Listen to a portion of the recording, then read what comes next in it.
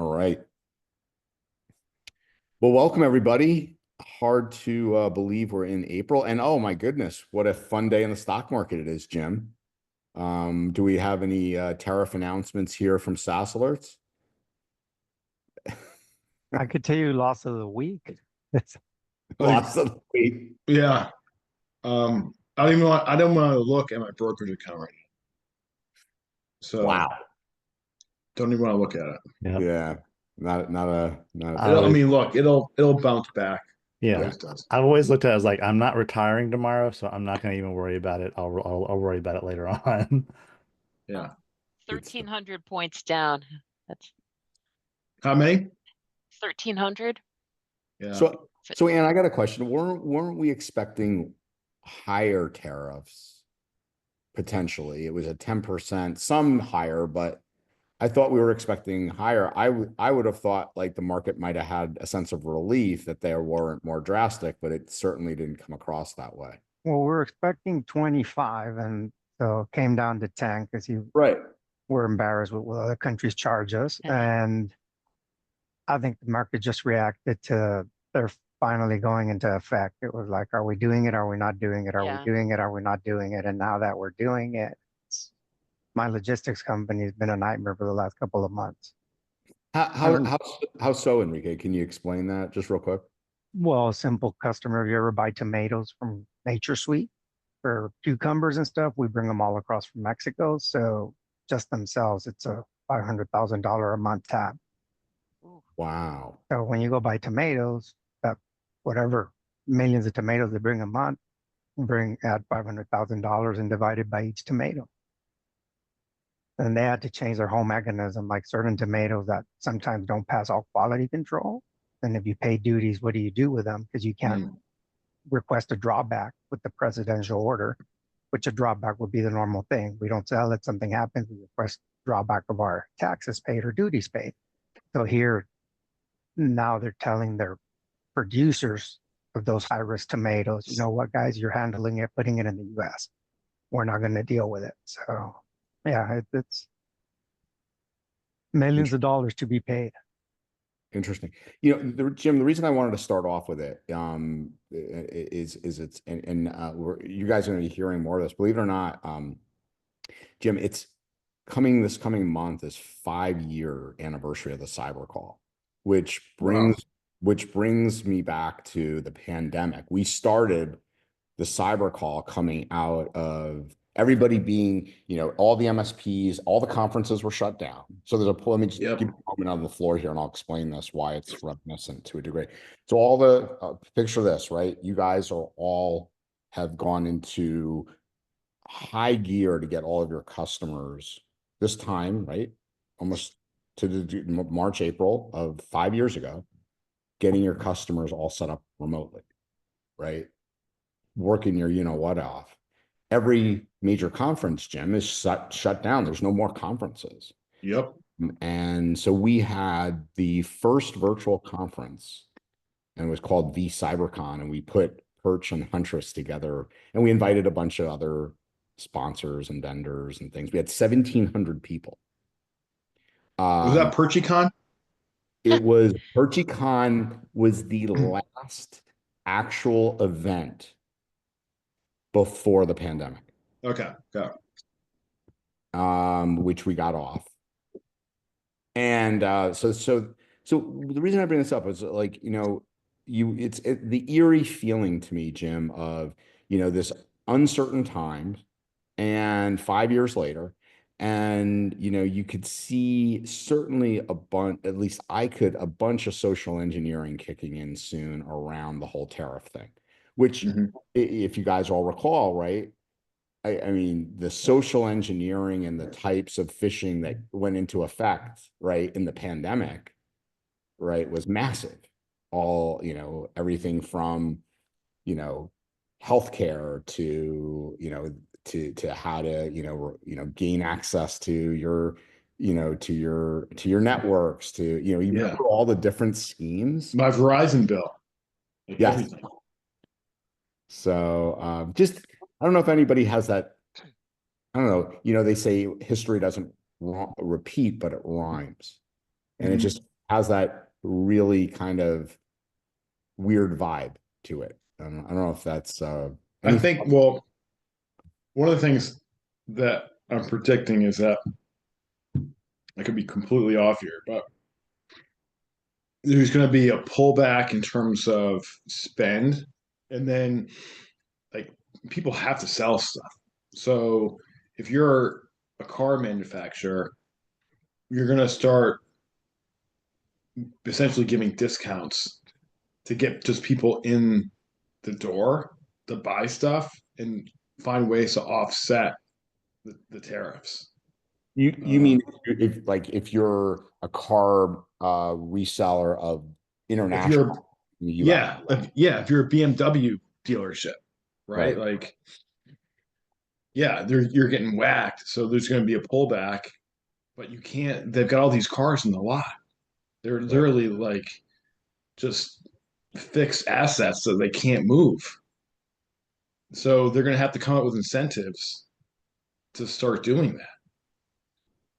It's Yeah, interesting. exactly. So Ford just announced employee pricing for all customers until June 2nd. It's exactly my point. Thank you, Jake. I didn't even know that was happening, but those are the types of things I think we're going to start seeing. Yeah. Yeah, I think we're seeing a shock reaction. My prediction is the economy is going to be really strong in Q3, and now's the time to invest and build. Yeah, Yeah, exactly. and why do you say that? And what are you seeing today? Are any of your customers or prospects being different, acting differently since this uncertain time, or the tariffs?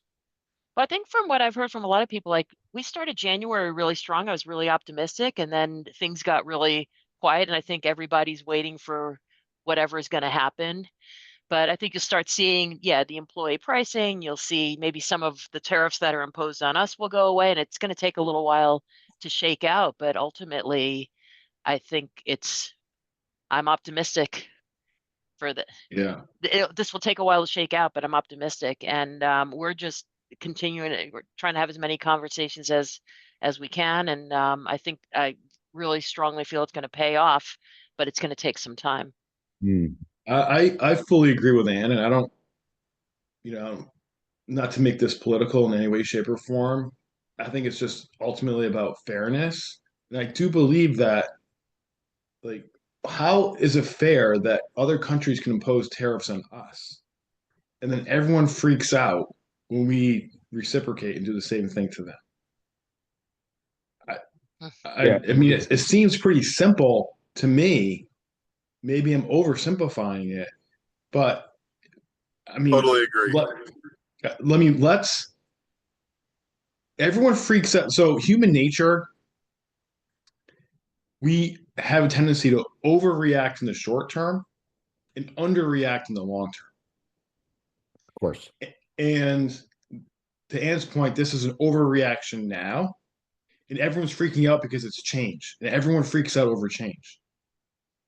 But in principle, this, to Ann's point, this could end up being a lot better in a negotiating point because many of these other countries, they can't withstand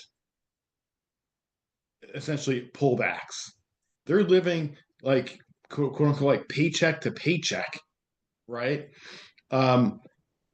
So if this continues for them, they're going to be like, yeah, I guess we're going to have to come to the table and give some relief on the tariffs that we impose in order for the tariffs to get lifted on our side, so we can keep selling the stuff that we export.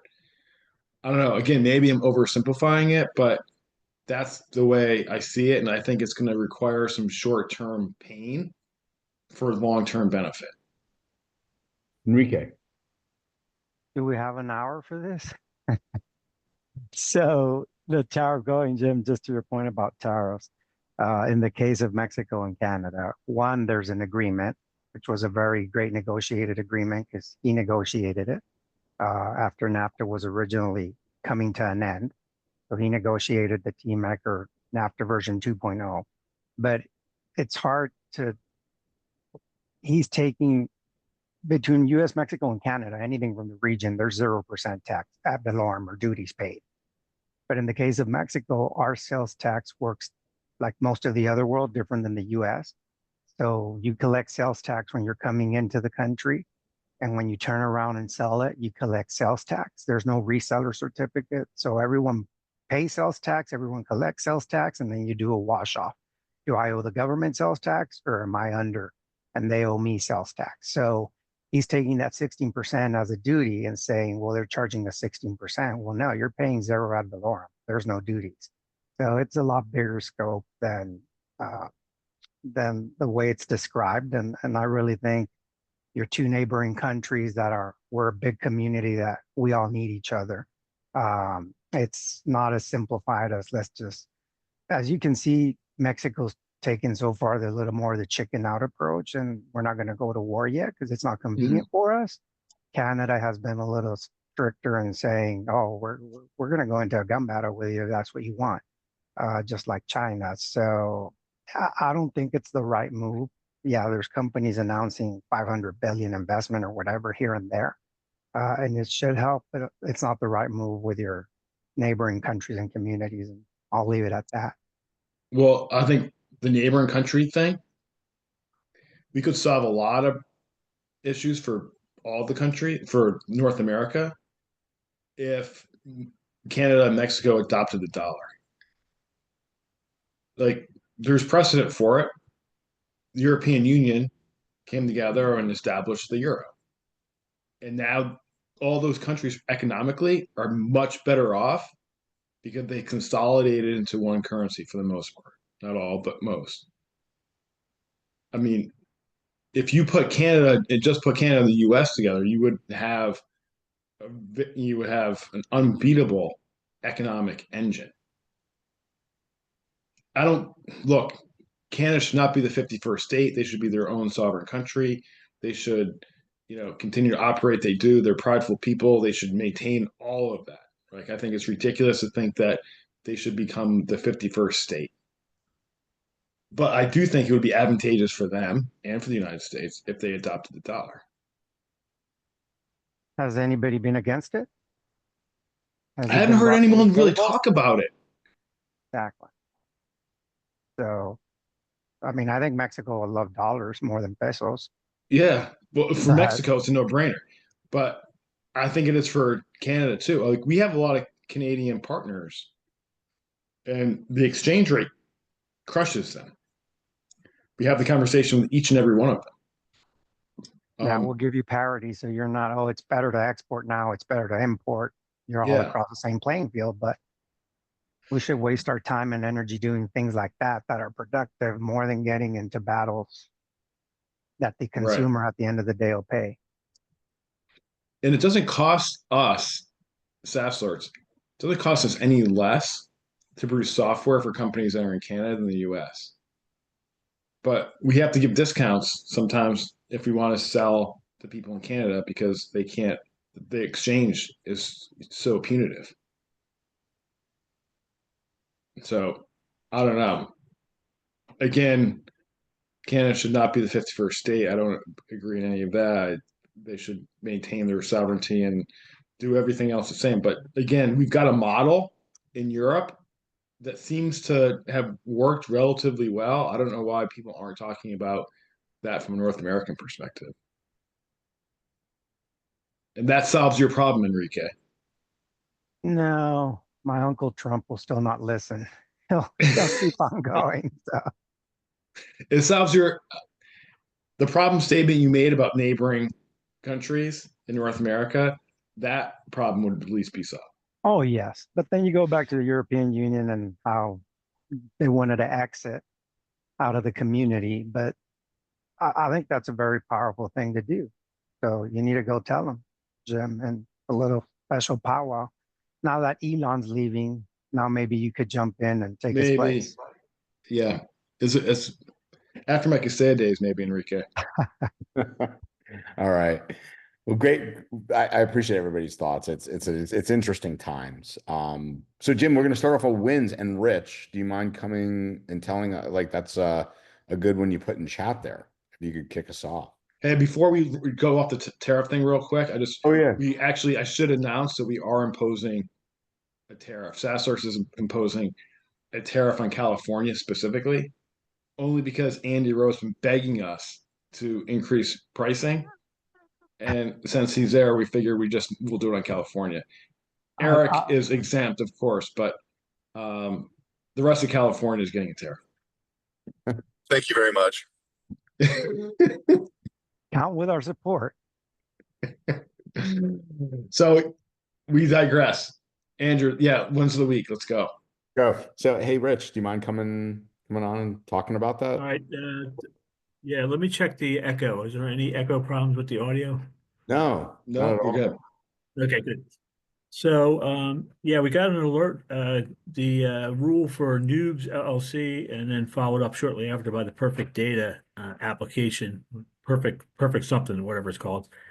And it turned out the phishing email is from QuickBooks notifications.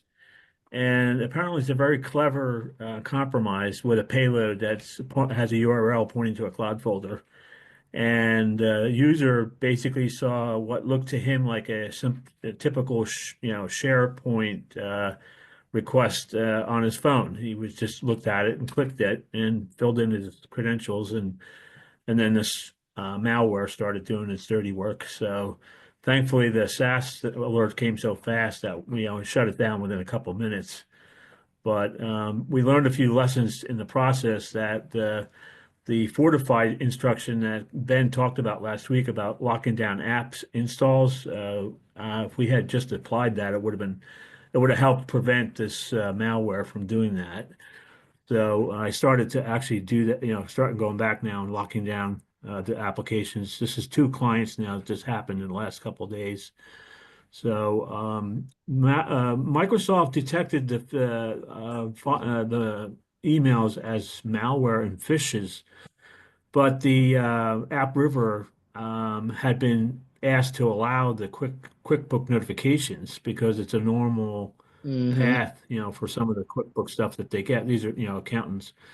So yeah, it was kind of weird. It let it in the door, and the user didn't know, and clicked it, and off it went. So it's happening now with some frequency. So I'm fully expecting to see another account, with the same problem. Well, Rich, first of all, thank you for sharing, and that's awesome. Would you mind emailing me? You can just send it to jim@saasalerts.com. Would you mind just emailing me just a really brief summary of that? I want to share it with some folks. I've been looking for very specific QuickBooks scenarios like this because I'm trying to get Right. into it to come to the table and work with us. And this is a type of example that I think could really highlight what the issues are because they don't see it as a problem. Well, the weird compromise, there was a mixture of subjects, and some of them said voicemails. And I learned that QuickBooks will actually send voicemail notifications on some payment things like that. I don't know how commonly that's used, but one of the compromise messages said your 365 password's expiring in 2 days, and and I don't know why the person saw a QuickBook path, or maybe didn't even notice it, and a reference to 365. So that was kind of weird. But most of them actually are these voicemail alert things. So I'm thinking they're capitalizing on a kind of a normal flow for people that are heavy QuickBook users. Sounds like it. The But, messages originated out of Chile, Santiago, Chile, huh. and you can't Rich, see that at the face value of the header. You have to use one of the analyzers to get to it. Did you have a respond rule set up for this? We had the Perfect Data and the Noobs LLC respond rules, which the problem is that's after the fact. I mean, thankfully it stopped it, but the at the initial filtering of the emails, they should have been quarantined or thrown in the junk folders. But because of the QuickBook valid address, they just come in. So AppRiver let it go by, didn't flag it. But the weird thing was when the guy sent it back to me for review, AppRiver flagged it on the way back in, and flagged it as malware. So apparently, using the allow properties in AppRiver to allow um, messages from certain addresses seems to circumvent the phishing, the malware properties for some reason. Yeah. But anyway, Another big. Good. yeah. I'm sorry. So basically, I'm gonna follow. I'm gonna use the Fortify rules. I'm gonna start marching through all of our clients and trying to batten down the hatches on that stuff. Yeah. Here's a big takeaway here. When Ben Jones speaks, everyone should listen.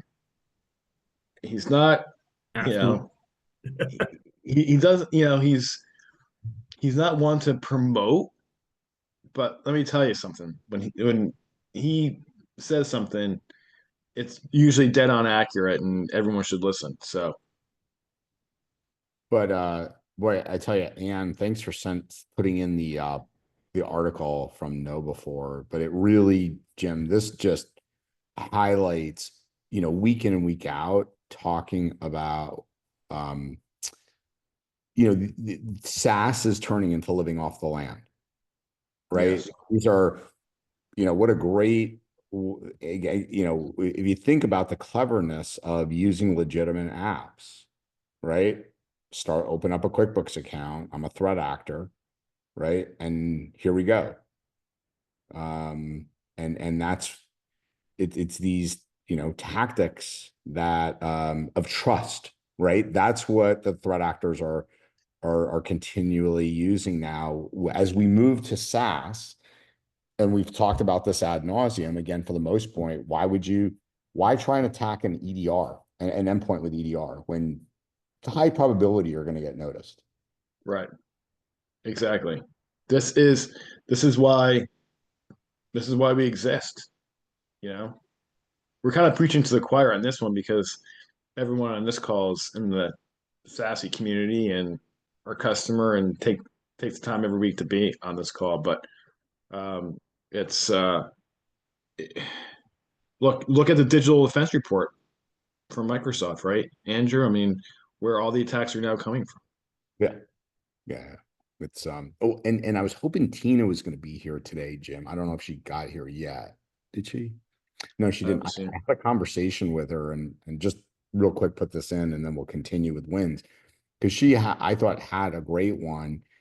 Jim, two of her clients back-to-back days, she was mentioning, I'm not going to do it justice, but there's this long-standing classified online online site in her area of BC. I think she's in. I forget exactly, in Canada. Client A went to it and saw something interesting and clicked on it. And sure enough, a Captcha came up and it said to do, I forget the commands on the computer, but basically it installed malware. Luckily Microsoft, the Microsoft Defender, immediately fired, SaaS Alerts fired thereafter. But it's just interesting again how pervasive, these are legitimate things that people would normally use and not think about, that the threat actors are embedding now. Yep, Common tactics to get us to engage. 100%. Really, really interesting. All right, who else? Rich, thanks. That was really awesome. And obviously guys can see the prevalence of that with Anne's the blog Anne put in there. I would definitely look at that. And if you have customers using QuickBooks, definitely get them in the know on this tactic. And certainly set up those rules that Rich did. And Ben, if people need help with that, what a Discord or anything like that, what's your recommendation? Oh, definitely. Yeah, Discord. He lives there. I do. But that actually brings me to a question, Andrew, I'd like to ask for those folks that are on managed SaaS alerts. in comparing and contrasting, right? Like your experience with SaaS Alerts pre-managed and post-managed. So would like to get just some open conversation and comments on people's overall thoughts. We've been now since September, we launched managed. So now we're into this for 9 months. We've got, I don't know, been 120-ish, 110, 120 MSPs on it. Is that about right? Sounds about right. I know a number of you are on this call. I'd like to get your perspectives on it, and if this was available on other products, would it be of interest to you? And when I say other products, I mean like any product, not just like any Kaseya product, for example, not anything to do necessarily with SaaS Alerts. I'll jump in here. Yeah. I would not get SaaS Alerts, and don't take me the wrong way. Again, I still continue to think SaaS Alerts is our best tool in the tool stack. I would not get SaaS Alerts today without managed if it was an option. The price benefit on it, and right now that you mentioned other services have a managed, would I jump on it if it was feasible cost-wise? Mm-hmm. To me, I think SaaS Alerts is very feasible, the managed SaaS Alerts. The other one's very expensive, thanks to Andy, but managed SaaS Alerts is a great value for what we're getting. I do not pay attention to SaaS Alerts unless I get a ticket for managed SaaS Alerts, which, like I've mentioned for months now, is very clear in English. I could fully understand, and even if I don't understand, Ben and his team understand. So that's out of this world. There's no other way to have SaaS Alerts if it wasn't for managed SaaS Alerts. It just freed up my time. Okay. I appreciate that feedback. Now, if you could get anybody else to give us a great value on managed services like your value, count me in. Yeah, well, that's kind of what I'm asking.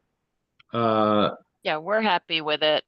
The same thing, a lot less noisy, and it's pretty inexpensive to have the peace of mind. So it's been good. Okay, good. I think it was Jeremy. Did he say, "Oh, what's the difference?"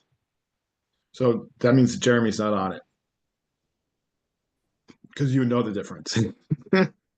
So the difference, Jeremy, for those that don't know.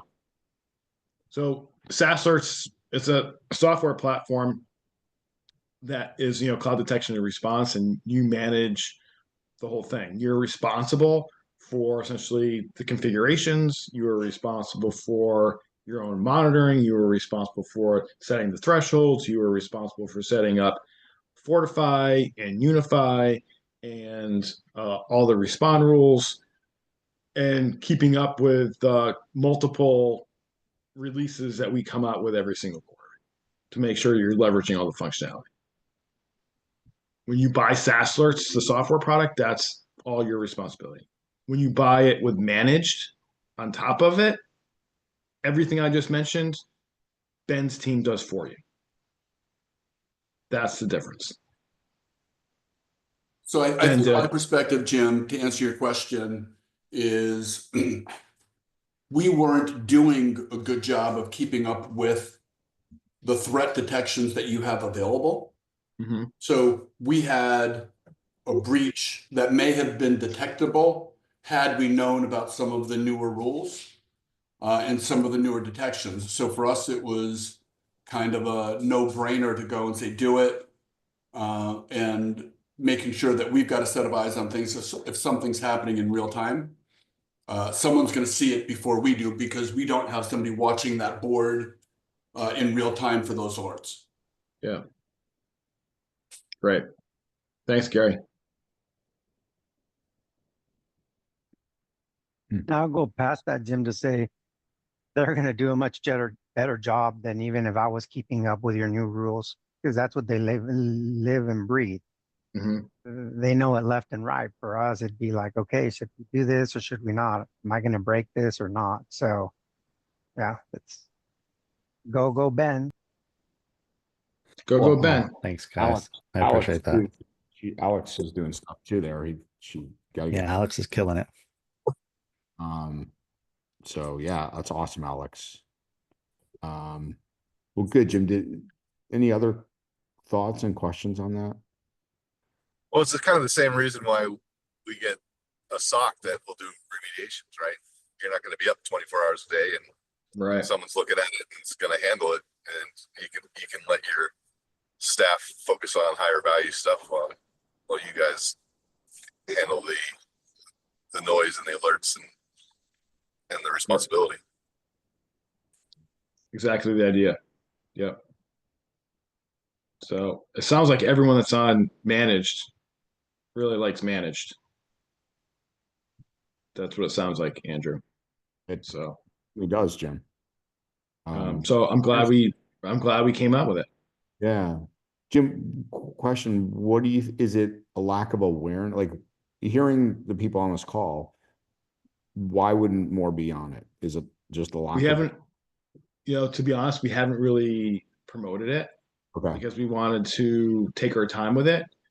And you know how important this group of folks are to us, right? Mhm. And there's a lot of folks on managed here. You guys come on this call every week. A lot of you guys are OGs. You've given us unbelievable feedback. You're super supportive. When someone says something, it's rare, but when somebody says something bad about us on Reddit, a lot of people in this community, they chime in and let people know that they're smoking crack. It's awesome. We released it to a small number of MSPs because we wanted to make sure that we got it right. We're now 9 months in. I think we're at a point right now where we've got it down. I think we can increase the team and be able to take on more. And once we're able to do that, we'll promote it and probably get more folks on it. That's the idea. But when you think about the problem, and I understand why people like this idea so much. You talk to a lot of MSPs, the average MSP's got like 40 vendors now that they have to deal with. Like, that's 40 different products that they have to deploy, manage, stay up to date with in terms of, new features and functionality and deployments. They buy something new, they don't have time to deploy it or configure it the right way or pay attention to the onboarding. Therefore, it's not going to work the right way. Like, there's all these different issues that when you have a managed product just go away. And so that's why we came out with it. And I like the idea for other products as well, but I'm just curious. So Jim, Jerry, I'm wondering if you'd come on, because I think you bring up a good point and maybe could help Jim and the team. So Jerry went through the sales process, Jim, and he's like, I don't want to speak for you, Jerry, but can you give it in your own words? And Jim, maybe this is an important takeaway from Jerry's comment. Yeah. Jerry, do you have? Sure, I could talk about that a little bit. Yeah. Yeah, be really helpful. I think it's a great So comment. from the sales standpoint, we really like the, sorry, my camera's blocked or whatever. There we go. Now you can see who I am. So Yeah. from a sales standpoint, we saw SaaS Alerts, and then we actually had some demos. I believe Ben was on the demo call. It did a fantastic job, along with, gosh, I forget, is it Alan maybe, or Adam. Yep. That did a fantastic job, and we fell in love with the tool, right? But what we're seeing is that the learning curve for SaaS Alerts from a newbie like us here at Deltek is very steep. Yeah. Because we need to learn, all of the terminology of SaaS Alerts. But then we also have to create the response and the fortify, and then we have unify set up and it's syncing across. But staying on top of that is a really learning curve. So we're diving into all the YouTubes and trying to understand the tool and understand it. But if I'd known that there was a managed component to SaaS Alerts at the very beginning to help us with the learning curve, I would have jumped all over it. Because now I would have saved me and Deltek hours of frustration and trying to figure out how to implement during a trial period, and then asking questions back and forth to support and trying to figure out what we're doing and why we are doing things wrong. But the managed side of things would have been a great help. And I heard zero from the sales department about this was even an option. Okay. Two questions for you, Jeremy. When did you come on to SaaS Alerts, and how did you come through? Did you come through SaaS Alerts specifically, or did you come through a Kaseya channel? It was through Kaseya, through our rep. We've been a long-term Autotask client back before while it was still Autotask proper. Then it sold to Datto. The Datto sold to Kaseya, of course. But then we were looking for a tool to manage our 365 clients in a better way. And then we ran across SaaS Alerts just through that contact we had. And we thought, well, this is a great tool. We'll be able to leverage this and be able to going on. But through our Kaseya rep and everything, we didn't hear anything about any managed stuff at all. Well, there's a reason I asked you that question. I appreciate you answering it. Is because we don't allow Kaseya reps to sell it. Well, that's wrong. Well, we're changing it now, but you have to understand, it's just been 6 months since we've been acquired, right? And we rolled the first big initiative for us is to get fully integrated. Then also to get integrated into 365 user. We've gone from 1,200 MSPs now to we're up over 2,500 MSPs on our platform. So we more than doubled. And quite honestly, like, there's too much for the current Kaseya reps to understand about what we do and how we do it for them to also be tasked with the managed piece. We're going to be changing that in Q2 here. So people will, now that we've got our footing, people will be able to essentially buy managed SaaS Alerts from their Kaseya rep. But it has to come through a SaaS security concierge through SaaS Alerts. That's how we're going to set it up. So is there anything Jerry can do now, Jim? So Jerry, he can sign up for it now if he wants. Well, yeah, it'd be nice. I mean, I like to know what the price is, of course. Yeah. So, who's your account manager? You have a Kaseya account manager. I don't know exactly because we have our first onboarding call Monday with Anthony, I think. Okay. Well, we can let's just send me an email. Again, it's jim@saasalerts.com. And I can make sure that we get you a proposal for managed. Well, that would be wonderful. Yeah. Awesome. Okay. Yeah. Connor's going to help you out there. Okay. And there's no better person to help you. She sends out proposals and she can take on alligators. There you go. Yeah, Connor, I'm bringing you down to Florida, all expenses paid. You're jumping in the lake here. Awesome. Well, that's where I'm from anyway, so. Yeah. All right. Awesome. Yeah. Hey, okay. So Jim, I saw something in there as well, but hey, Tina, can I call on you? I know you don't love when I do, but I didn't do justice. I didn't think you were going to come today, but could you share that bulletin board story and the alerts you got? I just got here. I missed everything. What did you guys talk about? Well, we talked a lot about you for the first 20 minutes. At least. Wasn't it 25 or 30, I think, but. I just thought it was pretty fun and fascinating that we've been talking about the Captcha vulnerability or Captcha attack for the last, I don't know, 3 to 6 months, I want to say, across the board with different webinars and calls that I've been in. And I've been meaning to kind of warn all my clients about it, but who would fall for that? And day before yesterday, we we had about 20 alerts roll in 10 seconds, and it's quite fascinating to watch. Actually, I really, really enjoyed watching it roll in. Our security products obviously alerted on it in a fabulous way and laid it all out for us. But one of our clients fell for it.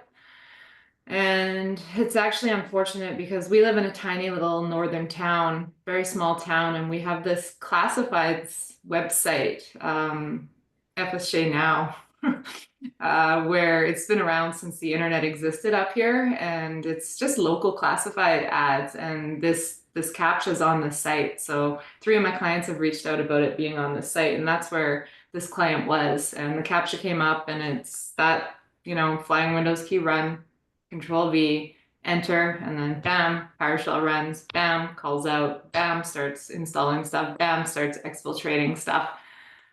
So we got that shut down and mitigated pretty quickly and dealt with it and talked to them about it. It was blocked, it was alerted on, no problems there. And next morning, 7:30 in the morning, I'm sitting here at my desk and they start rolling in again. And another client's done the same thing. And 6 o'clock that previous night, I actually sent the email out to everybody with the snapshot of the Captcha, just warning everybody, can you please share this with all of your staff members? It's on our local site. Just make sure everybody's aware of it. But 2 people back to back within 24 hours fell for it anyway. So I guess that's a win. We did some mitigation. It was alerted on. We had it shut down very quickly. So no worries there. It was really fun to watch. I really enjoyed it. I love that shit. So yeah, that's my story. Awesome. Hey, Ben. Nice. Ben, can you just real quick explain? I want to go to Sam in a minute because he put something in a malware event. But Ben, can you just explain? Are they redirecting them to another site where so if I go to the classified ads, how are they invoking the Captcha to pop up? Probably just honestly, I don't think it's probably just like an image or something. It just, or a little HTML page that tells them to run this PowerShell command that loads an enterprise app. My question, honestly, for Tina is, have you looked at applying any of the Fortify controls that prevent that from even being able to be loaded? Let's take a look at that quick and I'll run you through what actually occurs. But Andrew's question, I was curious about that too. Is it an attacker that's actually paying for advertising space on the site that allows it to be loaded on the website, or how is it getting on the sites? It could very well be. Like a lot of these advertisers like Google and everything like that, they haven't always been great at vetting all of the advertisers. They're basically just throwing money and they're like, oh yeah, we'll throw up your ad. And then by the time it gets reported, it's already been seen by 500,000 people. Because I'm curious if I should reach out to FSG Now, our unsuspecting local classified site, and warn them about it, but I wasn't sure how to put that to them. Like, is it the depends on who who's using it for ad. They're most likely using an ad service and just putting up some HTML in their site just to pull these ads, and the ad company is the one that are serving it. Got it. In the HTML is where that pop-up comes, probably, right, Ben? It's invoked in there. Yeah, exactly. It's just hey, we don't trust you. Hit Control or Windows R and then Control V this command. But I can show you on SaaS Alerts where you can apply a Fortify control that will prevent that from happening. From the pop-up even happening? I mean, the pop-up may happen, but when they go to try to load this app, it's going to block it because it's not a verified publisher. Right. I think that we block it we use Defender for Business. So with the security controls that we have in place with antivirus, firewall, and attack surface reduction, I think that it's blocked at most clients. The one yesterday morning is a standalone client that doesn't have necessarily all of those controls in place. But I can rattle off the flow, which was kind of fun to watch. The initial alert was loud behavior was blocked by Microsoft Defender. So SHAOLAOD. I could just like copy and paste this into the chat, the flow of events. And then PowerShell command line. Yep. execution, and then PowerShell download or encoded command execution, and then suspicious process executed PowerShell command, and then And I posted the control that's in Fortify that you can apply. That if you just apply it, it forces the publisher to be verified. But if it's the same one that I'm thinking of, it's the goal is to get access to the Microsoft tenant and load an enterprise application that's unverified. okay, that's blocked on all of our tenants. But next is a registry entry, then an unexpected DLL, then a potential C2 connection, then attempt of exfiltrated web browser information. This is the flow. Nice. Yeah. So it's kind of it What's was fun to watch. You know, what's fascinating about if you listen to Tina, like it's literally, she's rattling off literally the kill chain. Ben, do you hear? Yep. It's Rattling off the what? literally what they call the kill chain. You're literally talking Oh about yeah, yeah. right? Literally how the attacker is moving.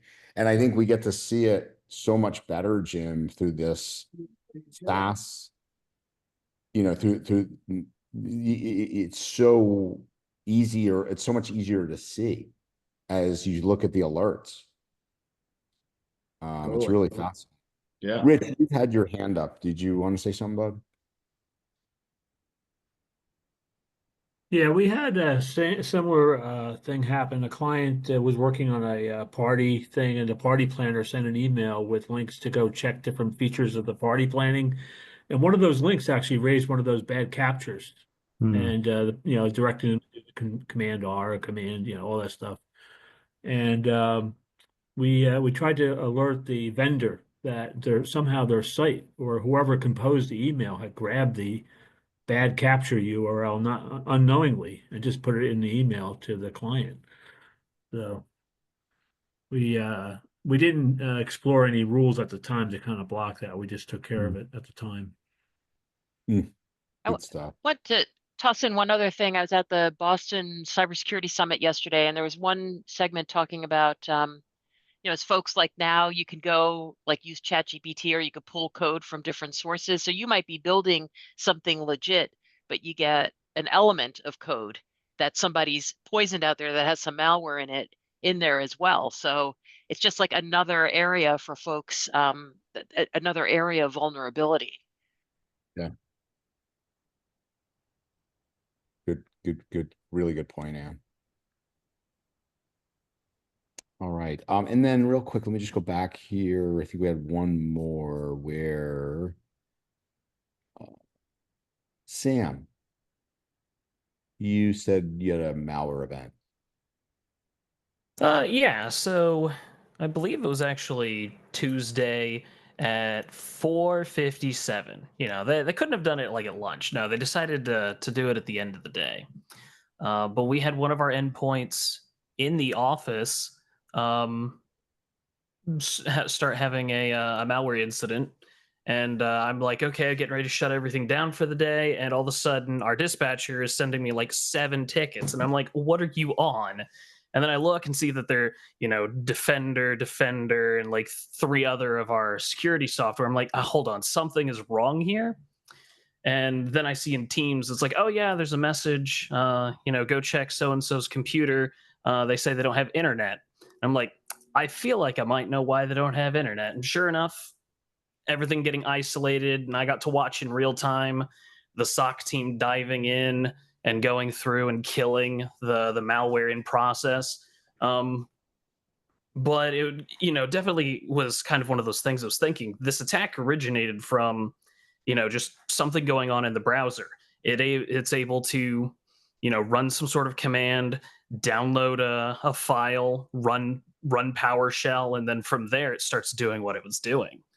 So it was kind of interesting that was the point that we started noticing it, was once it was finally on the endpoint.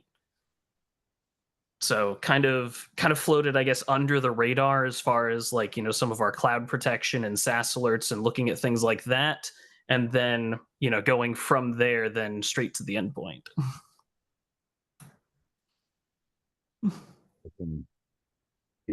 Jim, pretty fascinating from when you and I started in here with MSP, like what you cared about as an MSP, you know, day in and day out in like 2003, right? It's insane how much it's changed. This was also the first time I got to see something where the Microsoft incident, you know, was going, and then actually has a storm threat actor label attached to it as well, versus just, you know, the usual stuff. So this was definitely a more advanced attack than just kind of the usual stuff out in the wild. Wow.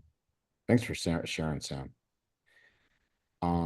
Okay, let me just see what came in here. Okay. Jim, with only 4 minutes left, can I just share what I was gonna show today, but we can pick it up next week just to make I just want to kind of take a temperature to see if this is interesting for everybody. And again, please you know, let me hear loud and clear if this is interesting or is this too rudimentary. And so is that cool with everybody? Yeah, go for it. Yeah, so I found this article, and somebody maybe just keep Anthony, if you could, like, yes or no, is this good or is not. I found this article in TCM Security. It's a blog. Now, my suspicion is most everybody here that is in the, you know, MSP space understands these. So I was thinking about this more from the venue of, would this be helpful for you as a lunch and learn type thing and an education type blog, if you will, for your customers? It goes through basically all the variations of, because, you know, as we saw today, certainly the legitimate use of a URL like and an email like the QuickBooks one, but this article goes through literally all the variations, Jim, of how they take URLs and augment them to get people to, and by the way, I have all the details, right, for you guys to, you know, make it easy to understand here. But it goes through everything from typo squatting to shortening, and also a holograph, using this is one we just talked about, which was the using legitimate services. But is that a value to you guys? Could you guys just verbally or non-verbally let me know if that would be a helpful or to go through next week and talk through it? Okay. I think it'd be great. Okay. And then the other thing I came across, and this is another fascinating one, how they embed, you know, you click a URL and obviously it embeds, you know, your email right into this is typically where we go right into token harvesting, where they embed your email right into the malicious site. Then I came across this article, which I did post up on LinkedIn. The reason this one caught my eye for several reasons was, Jim, as you know, our friend Sunil Yu, former investor, or one of the original investors in SaaS Alerts, as well as keynote speaker at Boom, was one of the principal authors in this. And it goes through, you know, what are the categories that we really have to start to think about when we talk about encompassing generative AI into our businesses. The key thing I'll just leave everybody with, and it really makes so much sense, is access control, and looking at, you know, who you're not going to get in the least privileged model, and not just the individual, but everything from the applications, devices, APIs, that when you start to think about how everybody I shouldn't say everybody, how your clients are probably like, what about AI? What about, you know, these, you know, doing, you know, something, you know, the Microsoft stack or Google's version. It's really interesting about the things you have to take into consideration to fully secure your data. So that was the other article I wanted to ask if you guys thought was potentially interesting that I would go through as well. Sounds good to me, Andrew. I got to jump to a 2, but as always, thank you, and thanks everybody. Really appreciate it. Yeah, everybody have an awesome week. Thanks for the time. You guys. See ya. Take care. Yeah.